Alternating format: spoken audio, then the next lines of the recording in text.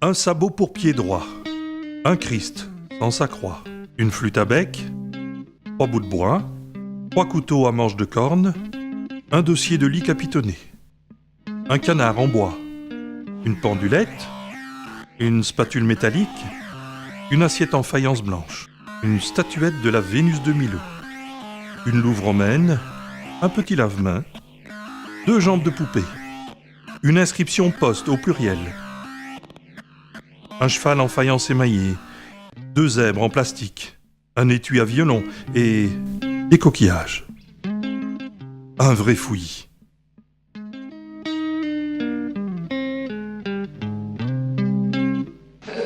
Voilà, puis c'est vraiment tout en désordre et en fait c'est assez rangé et assez précis.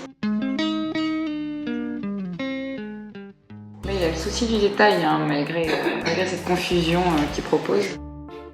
Pour y voir plus clair dans cette accumulation d'objets, jetons un coup d'œil dans la petite visionneuse posée juste devant l'installation.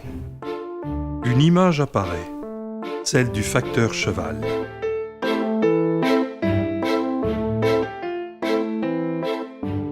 On a vraiment l'expression de cheval. Il dit qu'il peint avec les objets. Ce qui n'est pas faux, parce que du coup il arrive à représenter parfaitement une expression.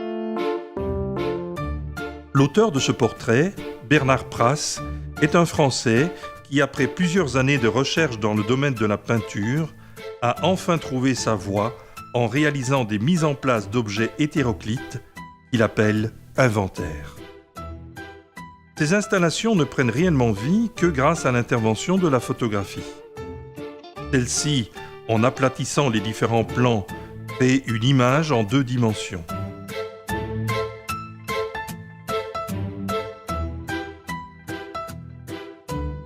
Il a pris une photo de cet assemblage-là, assez sommaire, et ensuite la photo qui en est tirée va lui permettre d'avoir une vision en 2 dimensions.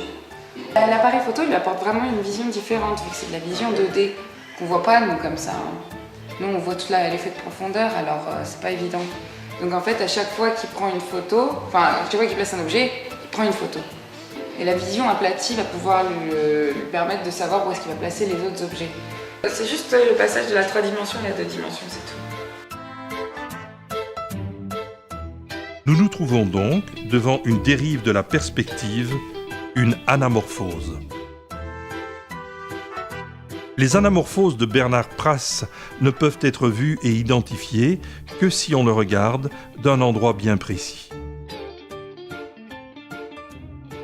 Au tout début, il y avait quand même une idée de perspective, il y avait quand même l'idée du point de vue. Les premières installations étaient complètement à plat. Et puis après, les choses se sont faites très naturellement. Donc c'est devenu en 3 dimensions naturellement, quoi, à force de faire les pièces. Mais j'aime prendre toutes les matières possibles, quoi. Tout est possible. Tout. Voilà, j'ai des bonbons avec de la terre, avec du fer, du bois, enfin tout. Je suis toujours à la recherche d'un miracle à travers ce que je fais, quoi. En analysant les œuvres de Prasse, on peut affirmer que sa matière préférée est sans aucun doute le plastique. Cette matière qui a envahi notre monde, on la retrouve partout, aussi bien dans ses interprétations d'œuvres d'art que dans ses portraits de personnages célèbres.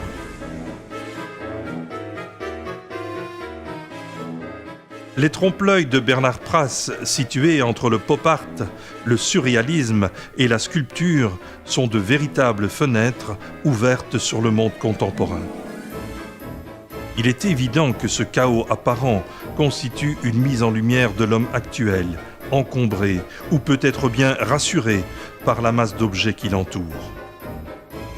On peut donc dire sans se tromper que ces déchets d'œuvres, en plus de nous intriguer, nous engage à réfléchir sérieusement sur la société de consommation dans laquelle nous sommes complètement immergés.